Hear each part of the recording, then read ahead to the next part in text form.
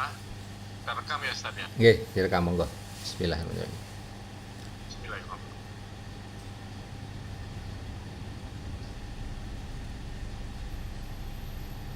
Monggo dibuka dulu. Oke. Assalamualaikum warahmatullahi wabarakatuh. Waalaikumsalam. warahmatullahi wabarakatuh. Alhamdulillahirabbil alamin. Allahumma shalli ala Muhammad wa ala ali Muhammad kama shallaita ala Ibrahim wa ala ali Ibrahim wa barik ala Muhammad wa ala ali Muhammad kama barakta ala Ibrahim wa ala ali Ibrahim fil alamin innaka Hamidum Majid. Alhamdulillah teman-teman sekalian, kita kembali bertemu pada pekan ini dalam kajian belajar Islam bareng bersama teman-teman seangkatan FKG UGM 83. Dan pada malam hari ini insya Allah beliau yang menjadi narasumber kita yang akan memberikan tausiah kepada kita, yaitu Ustadz Heri Mustafa. Beliau adalah insinyur teknik sipil UNS dan juga kuliah di Sekolah Tinggi Tafsir Hadis Darul Hikmah Bekasi. Beliau sudah purna tugas dari PT Wijaya Karya. Beliau juga trainer di banyak instansi, institusi dan UMKM, serta beliau juga seorang wirausaha yang beberapa perusahaannya juga berjalan dengan baik. Baik, saya tidak berpanjang lebar. Kemarin kita mulai kajian kita pada malam hari ini dengan membaca basmalah bersama-sama. Bismillahirrahmanirrahim. Waktu sepenuhnya 1 jam ke depan kami serahkan kepada Ustadz Heri Mustafa. Tafadhol Ustadz. Terima kasih Ustaz Fajri. Assalamualaikum warahmatullahi wabarakatuh. Waalaikumsalam warahmatullahi wabarakatuh. Alhamdulillahirabbil alamin. Alhamdulillahilladzi hadana li hadza wa ma kunna linahtadiya laula an hadana Allah. Asyhadu an la ilaha illallah wa asyhadu anna Muhammadan abduhu wa rasuluh. Allahumma sholli ala sayyidina Muhammad wa ala ali sayyidina Muhammad. Terima kasih. Materi ini kami beri judul besar pokok-pokok ajaran Islam. Suaranya terdengar ya? Yeah. Ya. Dengar Ustaz. Pokok-pokok ajaran Islam. Kenapa diberi itu? Karena ya memang yang diajarkan nanti yang pokok-pokok saja dalam ajaran Islam. Materi ini disusun sebenarnya waktu di Surakarta ya, waktu di Solo tahun 84 sampai tahun 90-an itu kami ngaji di tempatnya Bapak Amin Jais, Sekretaris Umum Majelis Ulama Indonesia. Nah, beliau survei ke seluruh Nusantara ini dari Banda Aceh, Sumatera ya sampai ke bawah, Sumatera Utara, Palembang dan seterusnya, Lampung, Jawa, kemudian Kalimantan sampai ke timur.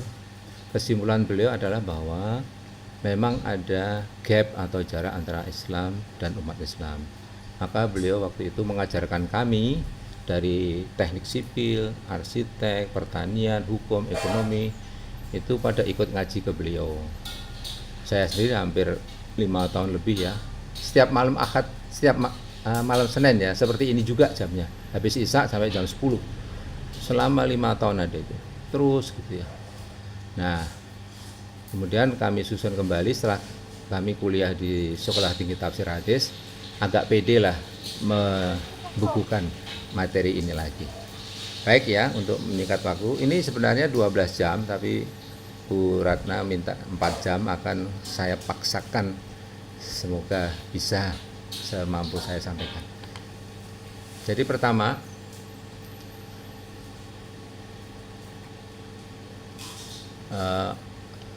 garis kecil ini apakah menggambarkan ajaran Islam?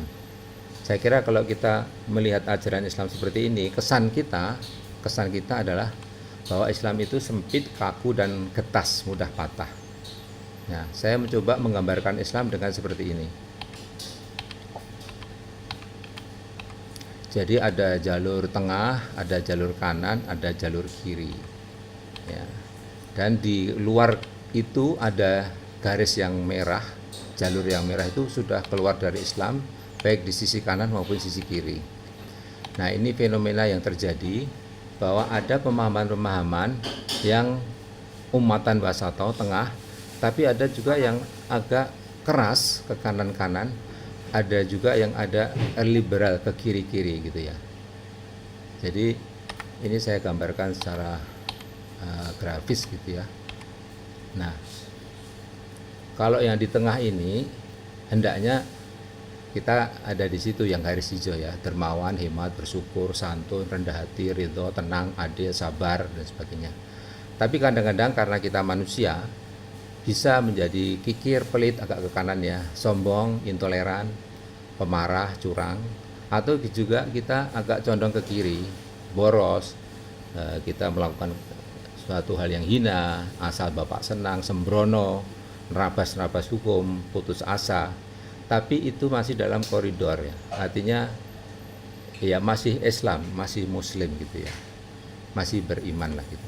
Nah seperti itu, kita mungkin perjalanan hidup kita seperti ini, bisa juga seperti ini, bisa juga seperti ini.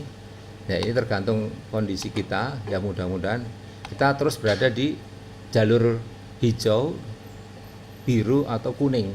Sebaiknya di hijau seperti ini, husnul khotimah ya, sebaiknya ya. Harapan kita. Nah jangan sampai kita ke kiri, itu bahaya itu. Menjadi ingkar zakat, syirik, bunuh diri. Yaitu sudah ke liberal ya.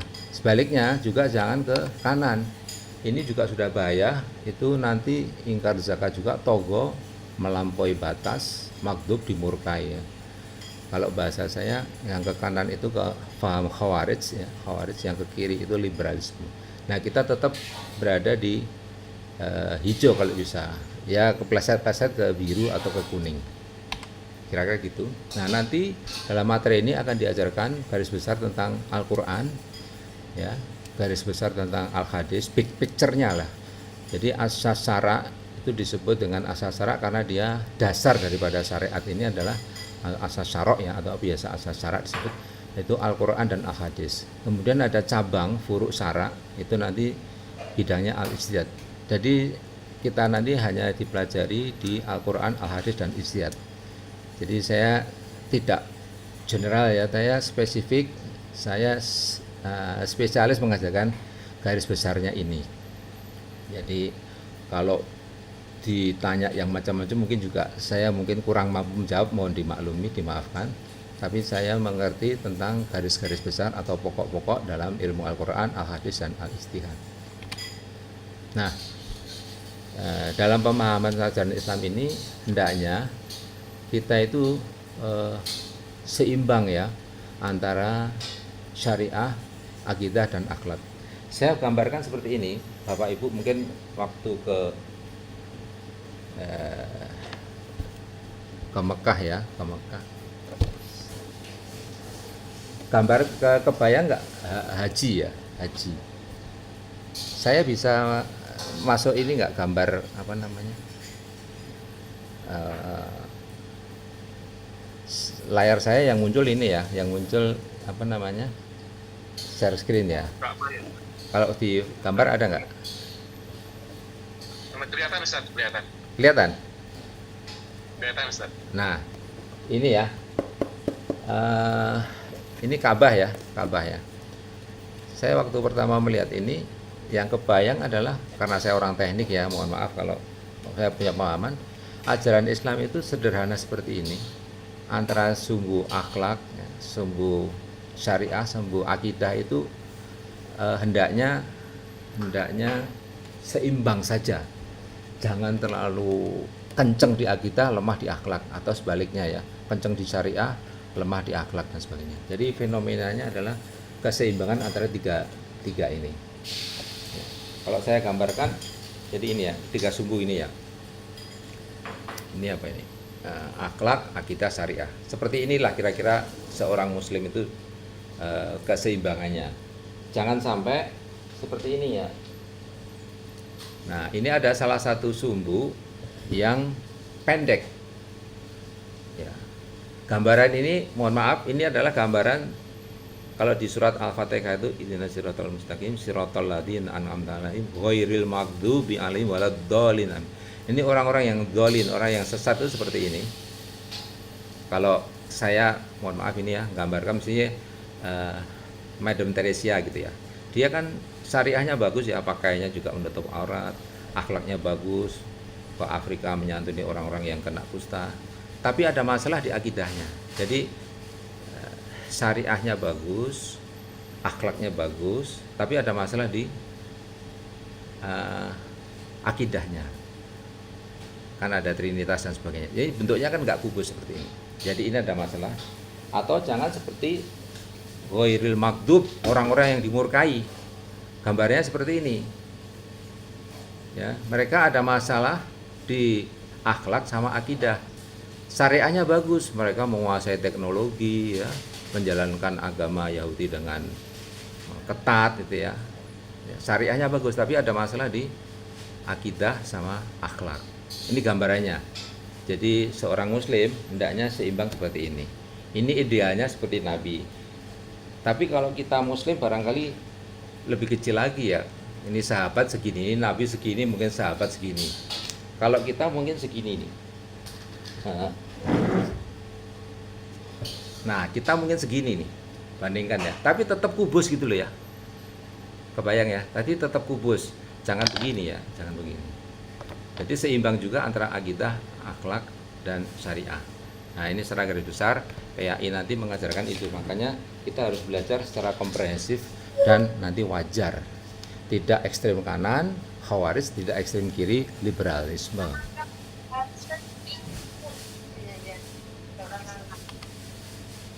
Oke, jadi nanti buah dari PAI ini kita komprehensif dan wajar, mengetahui pokok dan yang cabang, kita bersyukur, ridho, dan sabar. Kemudian nanti kita lanjutkan dengan Al-Quran. Kita pelajari Al-Quran seperti ini, bagaimana Al-Quran ini disusun dan sebagainya ya. Kadang-kadang kita saking semangatnya kita ngomong begini, Quran itu dari dulu sampai sekarang tidak ada perubahan, termasuk titik koma. Nah nanti kita pelajari apakah benar pernyataan seperti itu ya. Tidak ada perubahan gitu misalnya gitu. Terus kemudian kita pelajari asas kedua syarat yaitu al-hadis. Di situ ada Sahih Bukhari, Sahih Muslim, dan Abu Dawud. Kenapa Bukhari Muslim itu ada di atas gitu ya? Disebut ranking 1. Kemudian Sahih ya, Sunan Abu Dawud, Tirmidzi, Nasai, Majah itu disebut ranking 2. Kenapa? Nah, nanti kita pelajari. Dan kemudian al-ijtihad. Nah, sekarang di samping ada buku, ada CD juga, bahkan ada aplikasinya, gampang ya untuk mencari ini. Oke, hari ini mudah-mudahan bisa sampai ke pengumpulan Al-Quran, mudah-mudahan bisa selesai itu. Ini kalau biasanya saya sampaikan 4 jam ya, ini saya percepat, mudah-mudahan ini bisa dipahami. Oke, ini slide yang pertama, saya pindah ke slide yang kedua. Kalau mau pindah slide berarti saya tampilkan slide kedua. Oke, langsung masuk ya. Baik, sebagai pengantarnya untuk ajaran Islam,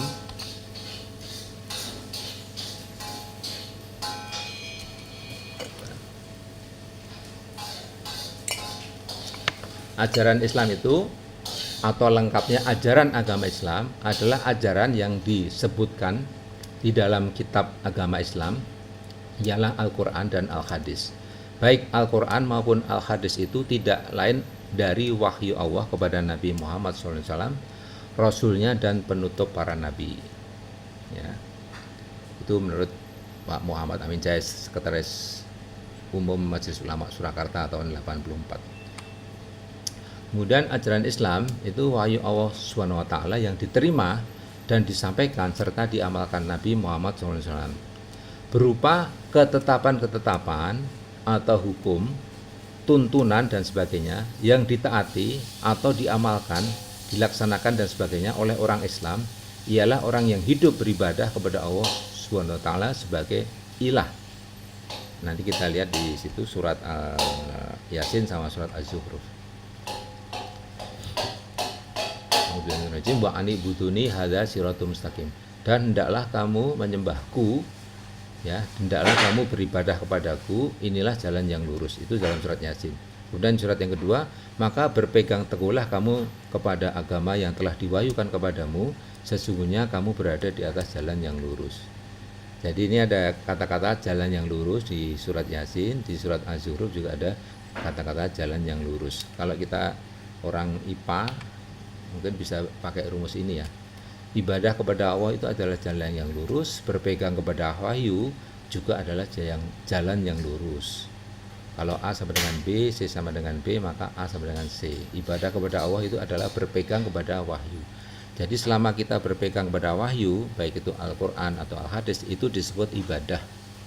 Ibadah dalam arti yang luas, ya. Bukan ibadah mahdoh atau bukan ibadah ghairu mahdoh saja, tapi ibadah yang luas. Nah, nanti ulama ada membagi ibadah mahdoh yang murni, ada ibadah yang ghairu mahdoh, yaitu berupa amalan-amalan sosial. Oke. Nah, untuk supaya ajaran Islam ini tumbuh di dalam sanubari kita, itu diibaratkan ajaran Islam itu seperti VUTW gitu ya, varietas unggul tahan orang ya. Nah, agar VUTW itu tumbuh maka harus diolah dulu pikiran kita, hati kita agar siap menerima ajaran Islam sehingga nanti tumbuh subur di dalam hati kita. Yang pertama, hendaklah kita pahami, ayatnya nggak muncul ya. Hendaklah kita pahami dalam surat An-Nisa ayat 28, nanti kalau kita baca wa khuliqal insanu dha'ifa. Sesungguhnya ya Allah itu hendak memberikan keringanan kepadamu dan manusia dijadikan bersifat lemah. Wa khuliqal insanu dha'ifa. Dhaif manusia itu An-Nisa ayat 28. Ya, nanti bisa dilihat. Nah, kalau sebenarnya ada buku panduannya, kalau Bapak Ibu menginginkan nanti juga bisa. Jadi bisa dilihat nanti di An-Nisa, karena ini kita cepatnya. Jadi intinya begini, yang pertama supaya kita menerima ajaran Islam itu nanti tumbuh subur, bahwa kita mengakui bahwa diri kita itu lemah. Ya, seperti orang Jawa itu kalau bunyi ayam gimana? Kukuruyuk ya. Kalau Pak Fajri gimana kalau beli bunyi ayam di Kalimantan? Kalau di Jawa kan kukuruyuk. Kalau di Sunda katanya kongkorongkong. Nah, itu yang salah telinganya atau ayamnya. Nah, seperti itu menunjukkan bahwa manusia itu dhaif atau lemah. Atau bunyi pistol di Indonesia dor dor, di Amerika beng beng. Yang salah pistolnya atau telinga kita. Nah, seperti itu ya contohnya. Jadi ayat surat ini tadi An-Nisa tadi ini bunyinya. Terus kemudian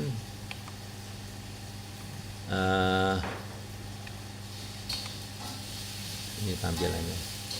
Jadi kalau kita sudah mengakui lemah, kalau kita dengar ayat atau dengar al-hadis, maka respon kita hanya sami'na wa atona, kami dengar dan kami taat.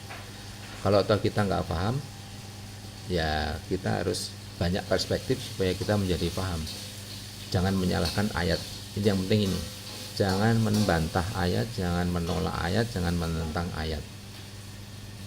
Yaitu nanti kalau kita membantah ayat masuk ke liberalisme tadi yang garis merah di kiri ya. Ini pertama, ya kita sadar bahwa manusia itu dhaif.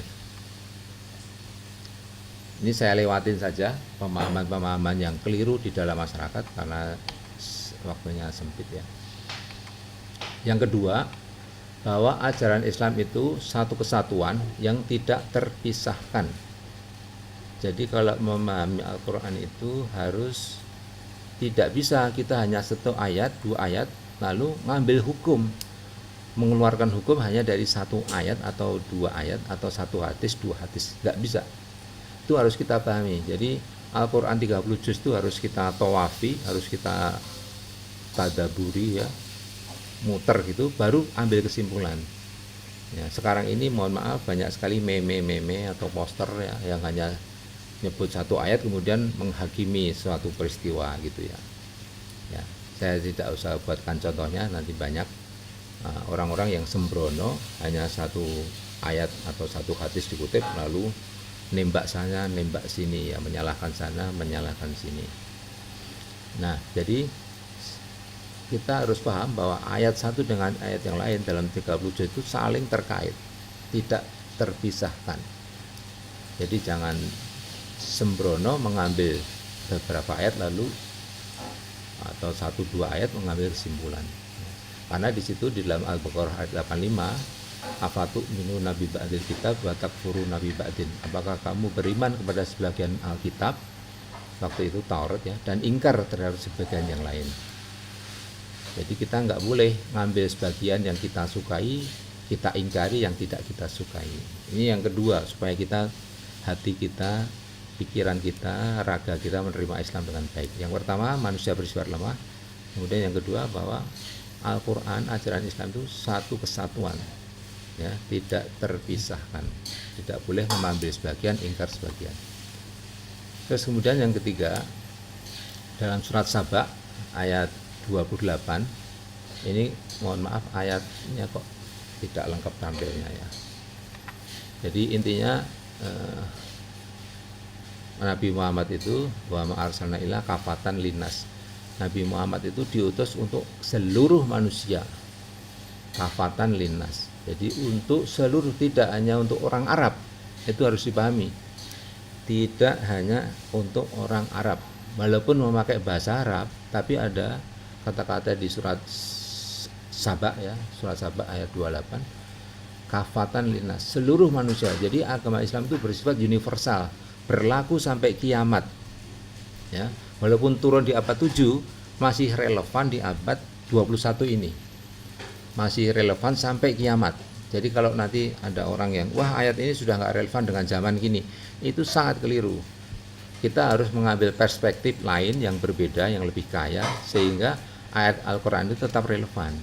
Karena ayat Al-Quran itu kadang-kadang memakai bahasa majas ya, atau bahasa kiasan, nanti diterangkan di Al-Quran, yang artinya luas sekali. Seperti misalnya istri kamu adalah ibarat ladang kamu, istri kamu adalah ibarat pakaian kamu, sebaliknya juga suami adalah pakaian istri. Itu kan bahasa-bahasa majas, bahasa kiasan yang akan bisa diinterpretasi relevan sampai akhir zaman. Jadi agama Islam itu tidak hanya untuk orang Arab. Seperti misalnya zakat fitrah itu dengan kurma, dengan gandum. Nah, di Indonesia apa dipaksakan dengan gandum, kurma. Nah, kita dari pemahaman Islam yang seperti ini, ulama bisa mengambil kias bahwa boleh kita makanan pokok. Makanan pokok kita apa? Nasi dari beras, maka kita bisa zakat fitrah dengan beras. Nah, ini semua karena pemahaman kita komprehensif, sehingga Islam itu terus bisa relevan dan masih dalam koridor. Jadi yang ketiga harus paham, ajaran Islam itu bersifat universal, berlaku di mana saja dan kapan saja. Oke ya. Terus yang keempat, ajaran Islam itu bersifat manusiawi. Artinya ya kita memiliki subjektivitas. Saya mungkin mampunya puasa ya katakanlah Senin Kemis misalnya. Yang lain mungkin lebih kuat untuk sholat tahajud misalnya, sampai semalam bisa 1 juz misalnya. Nah, kita masing-masing memiliki kemampuan yang kita tidak bisa memaksakan ke orang lain. Saya kuat puasa kok kamu tidak, nah, itu enggak bahasa-bahasa yang enggak tepat. Saya bisa tahajud kok kamu tidak, nah itu juga enggak bisa. Jadi Allah tidak membebani seseorang melainkan sesuai dengan kesanggupannya. La yukallifu nafsan illa wus'aha. Itu harus penting, sehingga kita nanti tidak pernah memaksa orang lain seperti di kita. Artinya mengukur baju orang lain dengan baju kita. Oke ya, saya ulangi. Jadi ada 4 yang harus dipahami agar kita memahami Islam ini secara komprehensif dan wajar. Bahwa diri kita lemah, ajaran Islam itu satu kesatuan, ajaran Islam itu bersifat universal, dan ajaran Islam itu bersifat manusiawi. Oke, udah setengah jam ya. Ini rujukan-rujukannya. Oke, saya lanjut lagi, saya percepat.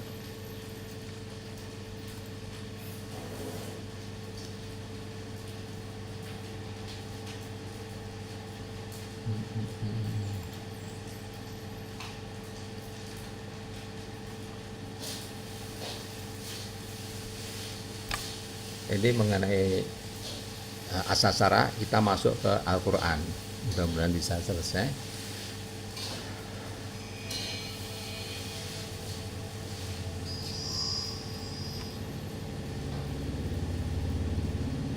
Saya skip aja masalah wahyu ini, tapi mau saya singkat, ini agak panjang juga.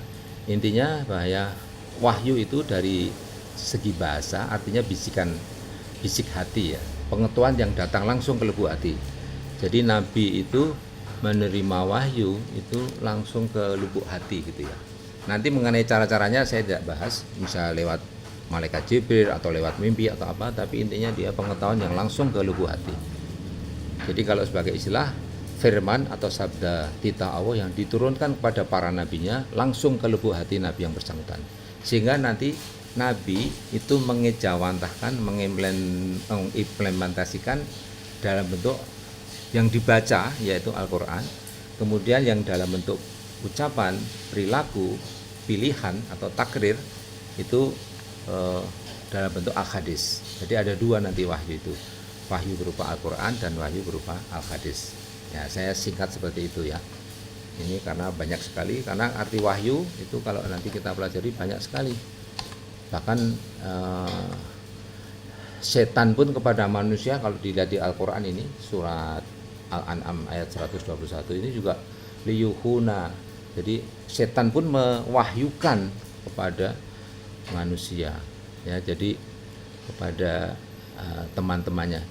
Di sini oleh Depak diartikan membisikkan, tidak mewahyukan, karena kalau diartikan mewahyukan nanti yang baca terjemah bingung, yang orang-orang kita bingung, kok setan mewahyukan kepada kawan-kawannya maksudnya gimana. Nah, oleh Depak langsung ditafsirkan. Jadi terjemah Al-Quran Depak itu adalah sudah tafsir, tapi tafsir yang paling singkat, yaitu setan membisikkan, contohnya itu. Tapi kalau kita lihat bahasa Arabnya yang saya lingkari merah, itu wahyu di situ.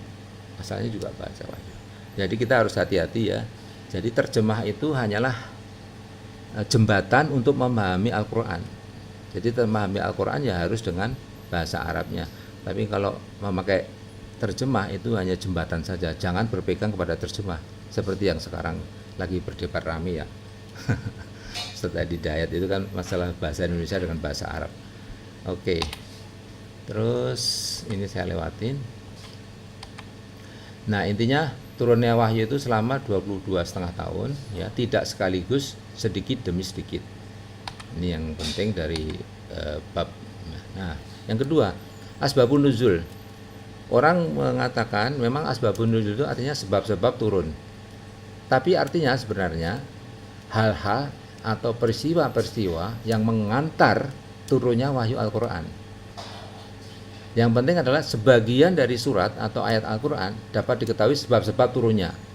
Dengan memahami sebab-sebab turunnya itu, kita akan mendapatkan pengetahuan yang lebih jelas tentang makna yang terkandung dalam surat atau ayat. Jadi kalau ada asbabun nuzul, kita lebih mudah memahami. Tapi ingat, sebagian, maka di situ saya bold hitam ya, agak besar tebal. Sebagian, artinya tidak semua ayat Al-Quran ada asbabun nuzulnya, itu penting. Nah, itu harus dipahami. Jadi kalau nanti nanya asbabun nuzul nggak ada, ya wajar. Memang tidak semua ayat ada. Itu harus penting dipahami. Jangan selalu menuntut mana asbabun nuzul, mana asbabun nuzul. Padahal nggak semua ada asbabun nuzulnya. Nah, oke ya. Nah, ini tadi bedanya Al-Quran dengan Al-Hadis sudah saya jelaskan. Terus kemudian nah, ini nggak usah. Oke. Saya lewati langsung ke Jam'ul Quran. Udah 35 menit ya. Pengumpulan Al-Quran.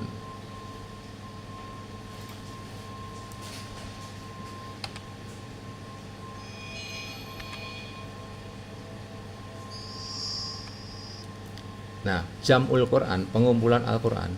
Jam'ul itu artinya mengumpulkan. Mengumpulkan dalam arti menghafal dalam hati. Jadi pengumpulan dalam arti penulisan Al-Quran itu namanya kitabatuhu kullihi.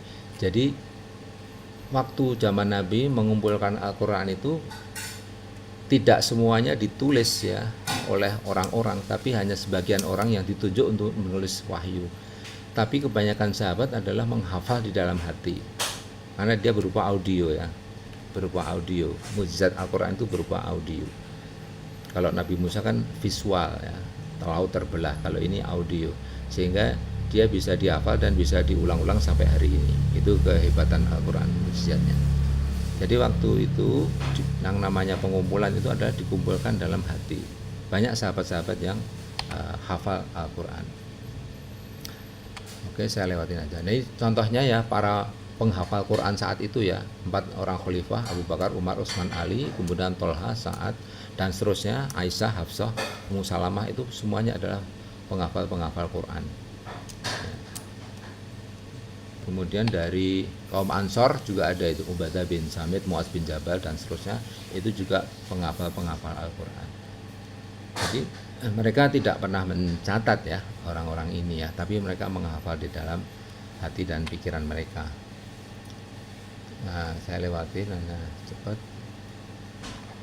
Nah, kalau penulisan Al-Quran itu hanya 4 orang yang ditunjuk, yaitu Ali bin Abi Thalib, Muawiyah, Ubay bin Ka'ab, Zaid bin Thabit. 4 orang ini yang diamanati Nabi untuk kalau ada wahyu turun, mereka itu mencatat, dan dicatat di pelepah kurma atau di kulit binatang ya, lembaran-lembaran itu. Belum ada kertas seperti sekarang ini. Nah, semuanya ditulis ya, 30 juz itu ada dalam tulisan lembar-lembaran seperti itu. Nah, pada waktu Nabi masih hidup, zaman Nabi itu mereka tadi menuliskannya di pelepah kurma, lempengan batu, lontar, dan sebagainya. Terus nah, ini contoh-contoh huruf-huruf Arab saat itu ya. Ini Raja Bizantium. Bapak Ibu tidak melihat titik, tidak melihat harokatnya di situ ya. Hanya huruf-huruf seperti itu. Jadi tulisan itu hanya membantu hafalan ya. Jadi yang utama pengumpulan Quran itu adalah di dalam hati, dalam pikiran, tidak di tulisan itu. Jadi fokusnya kepada hafalan. Jadi kata-kata ini hanya membantu ya. Tulisan-tulisan ini hanya membantu mengingatkan saja. Ini juga surat Nabi seperti itu. Ada stempelnya. Nah, baru pada masa Abu Bakar itu setelah Nabi wafat, masalah utama yang dihadapi Abu Bakar adalah dengan kemurtadan sebagian orang Arab. Jadi setelah Nabi wafat, Nabi kok wafat, banyak orang yang murtad. Itu masalah utama yang dihadapi oleh Abu Bakar. Kemudian ada perang Yamamah, 70 qori dari para sahabat itu gugur. Ya, kemudian Umar bin Khattab menghadap Abu Bakar dan mengajukan usul kepadanya agar mengumpulkan dan membukukan Al-Quran karena dikhawatirkan akan musnah. Kalau penghafal ini gugur, lalu gimana Al-Quran? Kan berlaku sampai akhir zaman. Nah, Abu Umar usul kepada Abu Bakar untuk menyusun Al-Quran menjadi sebuah mushaf. Mula-mula Abu Bakar pun menolak. Alasannya apa? Ya, Nabi tidak melakukan itu, katanya Abu Bakar. Ya, tapi Umar kemudian terus membujuk, karena Umar berpikiran lebih dalam hal ini lebih panjang daripada Abu Bakar. Ya, akhirnya Abu Bakar pun setuju bahwa ya harus dibukukan ya untuk generasi berikutnya. Jadi akhirnya Abu Bakar menerima usulan daripada Umar. Kemudian Zaid bin Thabit dan kawan-kawan tadi nulis kembali ya, mengumpulkan lembaran-lembaran tadi menjadi satu mushaf. Jadi zaman Nabi belum ada mushaf. Ya, belum ada mushaf. Setelah Nabi wafat, masa Abu Bakar baru ada mushaf itu. Dan mushaf itu hanya satu ya, disimpan oleh Abu Bakar. Setelah Abu Bakar wafat, kumpulan lembaran Al-Quran disimpan oleh Umar bin Khattab. Setelah Umar wafat, kumpulan lembaran tadi disimpan oleh Hafsah ya, Hafsah binti Umar, anaknya Umar. Pada permulaan Khalifah Utsman, beliau meminta dari Hafsah. Jadi ketika Utsman Khalifah ketiga, beliau meminta dari Hafsah. Jadi Abu Bakar adalah orang yang pertama mengumpulkan Al-Quran menjadi satu mushaf. Dan Utsman bin Affan, masa Utsman bin Affan, mereka menjalankan urusan sesudah Umar bin Khattab. Masalah utama yang dihadapi Utsman adalah berkenaan dengan penyebaran Islam. Kalau masa Umar kan memperluas wilayah. Nah, bertambahnya wilayah itu muncul masalah baru, yaitu para qurra tersebar ya, para penghafal Quran tersebar di berbagai wilayah. Jadi penduduk di setiap wilayah itu mempelajari qiraat bacaan dari qori yang dikirim kepada mereka. Nah, cara pembacaan qiraat Al-Quran yang mereka bawakan berbeda-beda, sejalan dengan perbedaan huruf. Ya, di situ ada huruf atau diartikan bahasa atau dialek atau lahjah.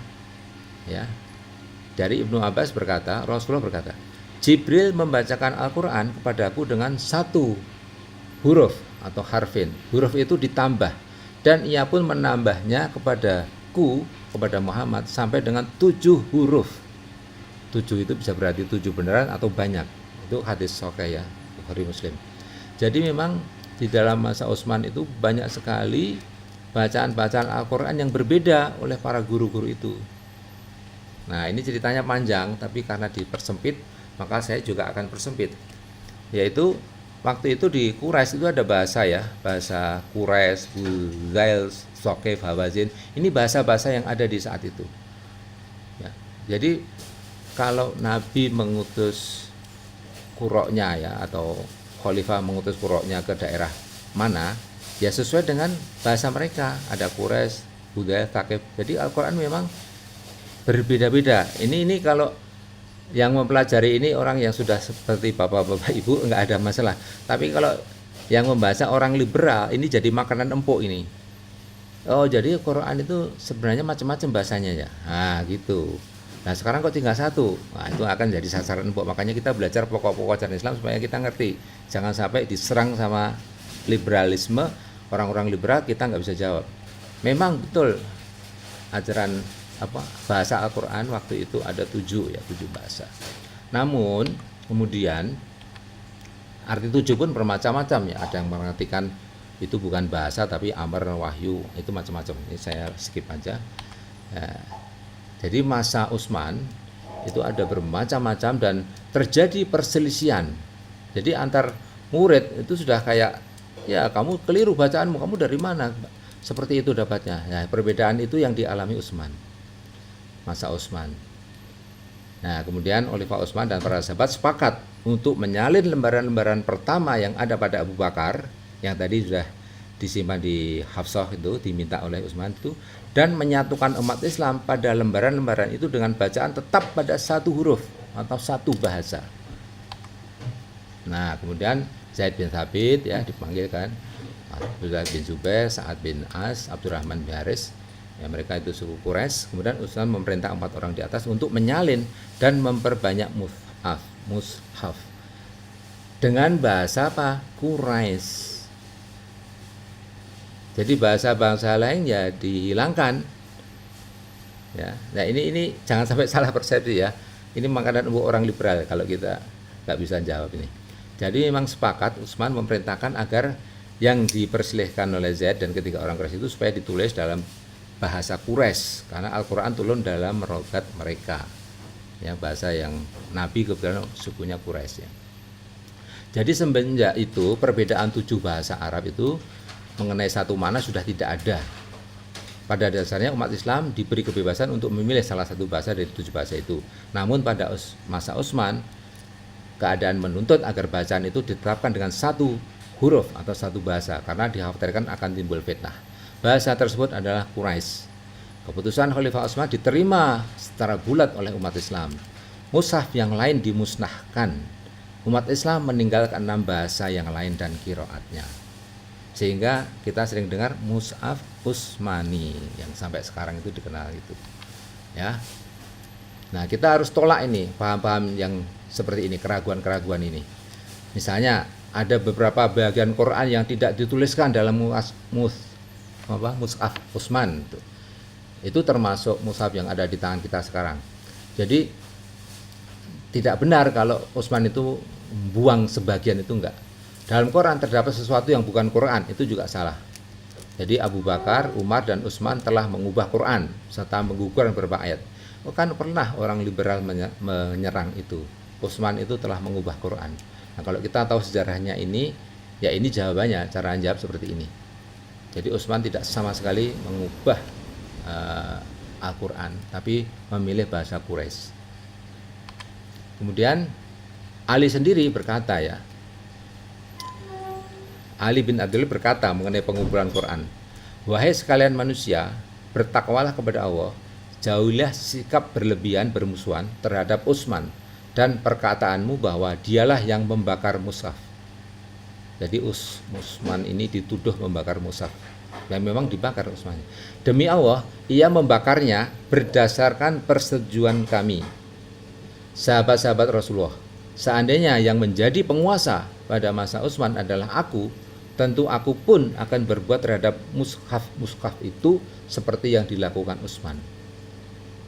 Jadi Ali pun sudah menerima. Jadi tidak benar kalau ada sekarang orang, mohon maaf, orang Syiah mengatakan bahwa Utsman telah membakar sebagian surat, sebagian ayat. Maka orang Syiah yang Rafidhah itu memiliki Quran yang berbeda. Nah, ini makanan empuk buat itu. Kita azwaja ya, Ahlussunnah wal Jamaah harus yakin betul bahwa Utsman dan kawan-kawan sahabat yang lain itu tidak mengurangi satu ayat pun, satu surat pun ya. Ini agak ya agak gawat sih kalau kita nggak paham ini. Nah, apalagi umat Islam nggak ngerti ini, makanan empuk orang liberal kena, ya udah jadi liberal, akhirnya malah bisa jadi murtad karena meragukan Al-Quran. Kalau sudah ragu dengan Al-Quran, habislah pondasinya. Nah, ini huruf-huruf yang saat itu Ali bin Abi Thalib, kita lihat ya, tidak ada titik koma. Ini huruf-huruf manuskrip lama. Nah, ini Quran abad pertama sudah mulai ada Bismillahirrahmanirrahim. Ada tulisan pemisah ayat, pemisah surat dengan tambahan Bismillah. Sebelumnya nggak ada. Ini abad 1 juga ada. Ini kemudian abad kedua Hijrah.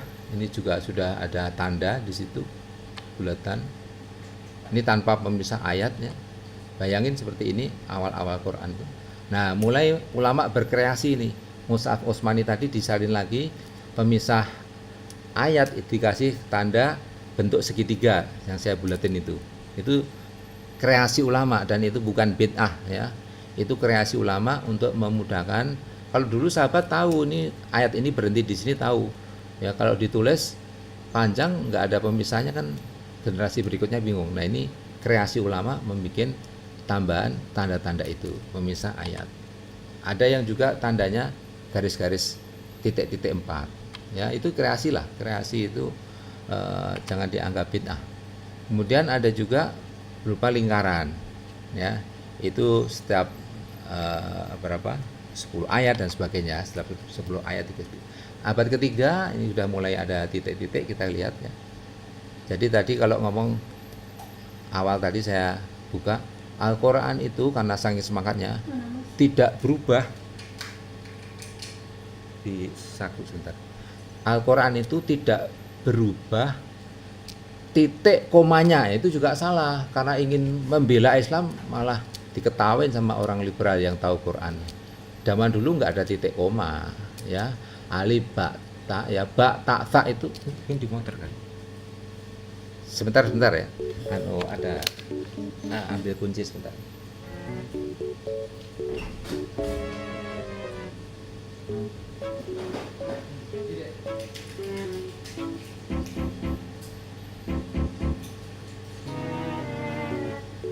Ya.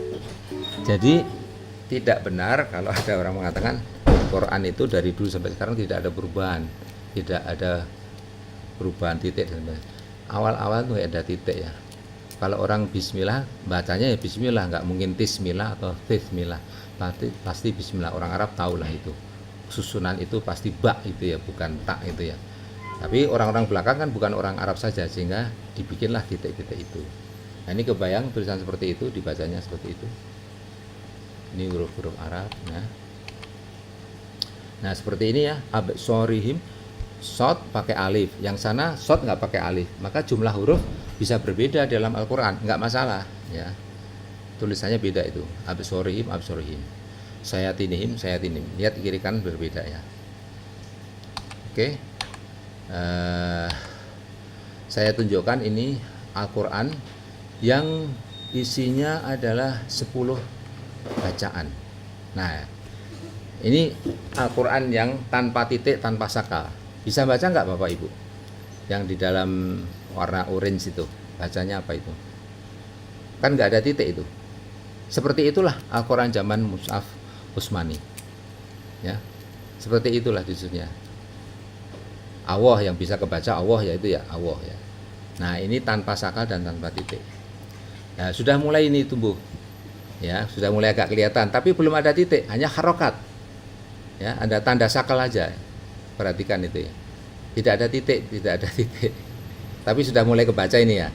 Sudah agak bisa kebaca ya, walaupun tanpa titik ya, antara ba, ta, tha ya. Ya, kemudian nah ini sudah mulai kebaca. Ya ayyuhalladzina amanu taqullah wal tandur nafsum ma qaddamat lighad wattaqullah. Baca kan? Kalau ini tadi sebentar, ini sudah agak kebaca. Ini enggak kebaca. Ya, ini enggak kebaca. Ini sudah mulai jelas. Inilah kreasi-kreasi ulama ya, bukan bid'ah. Inilah kehebatan ulama-ulama kita membuat Quran itu bisa dipahami sampai ke Indonesia, bahkan ke ujung dunia manapun ya.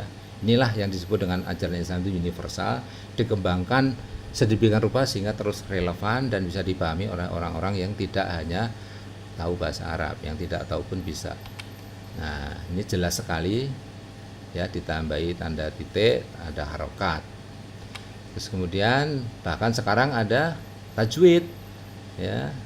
Kalau idgham warnanya apa, idgham bilagunah warnanya apa, ikhfa warnanya apa. Inilah kreasi-kreasi lagi karena sekarang udah zamannya color ya. Colorful dulu, hitam putih, black and white. Ya, oke ya. Masih ada 5 menit ya. Boleh 5 menit. Qiraat yang sampai ke kita itu adalah asim. Ini ada 7 qiraat ya. Qiraat yang sampai ke kita, ke Indonesia, yang mungkin Bapak Ibu pelajari saat ini adalah garis daripada guru kita Asim. Ada nanti guru Abu Amr, Nafi, Hamzah, Al-Kisai, Ibnu Amir, Ibnu Katsir, itu beda. Nah kalau kita nggak belajar ini, nanti dikira kita jadi bulan-bulanan. Itu Quranmu beda-beda. Seperti kalau di Bible kita nyerang ya, oh itu Bible berubah-berubah terjemahannya. Kan ini kita juga bisa diserang pakai ini. Itu bacaanmu sama orang Maroko beda. Nah kita pahami ini. Ya, pahami ini bahwa yang sampai ke kita Indonesia itu adalah Asim. Nah kita lihat ini ada qiraah 10. Saya contohkan ini. Kebaca nggak ya ini ya? Seperti Al-Fatihah ya. Kalau kita baca Maliki, Alhamdulillahirrahmanirrahim, Maliki yaumiddin. Nah itu bahasa yang begitu itu Asim. Maliki yaumiddin. Tapi kalau Maliki yaumiddin, ma-nya pendek, itu bukan salah. Itu selain Asim dan Kisai, yaitu siapa? Nah selain Asim dan Kisai berarti Abu Amr, Nafi, Ibnu Amr, Ibnu Katsir bacanya Maliki yaumiddin. Kalau Asim sama Al-Kisai bacanya Maliki yaumiddin. Paham ya? Nah, jadi perbedaan itu bukan perbedaan yang pokok, tapi kita harus tahu. Nah, ini ada Al-Qur'annya. Mudah-mudahan bisa kebaca. Kalau bisa nggak bisa digedein ya. Nah, oke. Terus kemudian ghairil maghdubi alaihim. Ya. Ada yang baca juga ghairil maghdubi alaihum.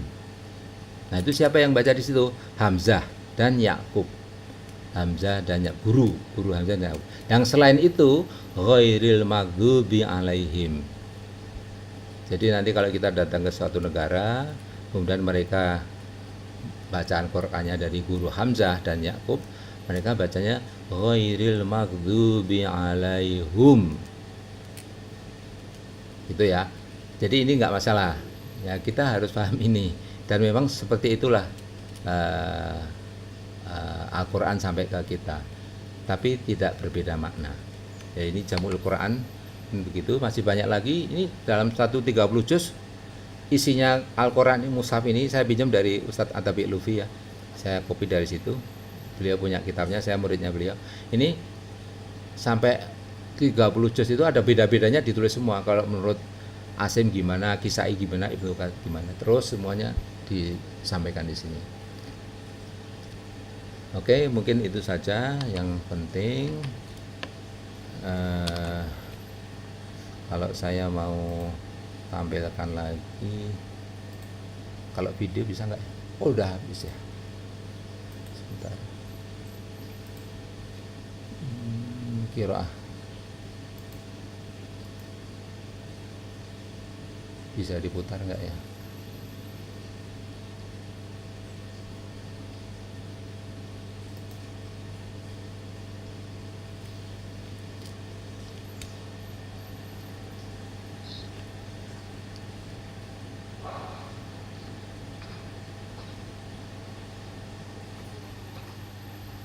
إذا الشمس كورت وإذا النجوم انكدرت وإذا الجبال سيرت وإذا العشار عطلت وإذا الوحوش حشرت وإذا البحار سجرت وإذا النفوس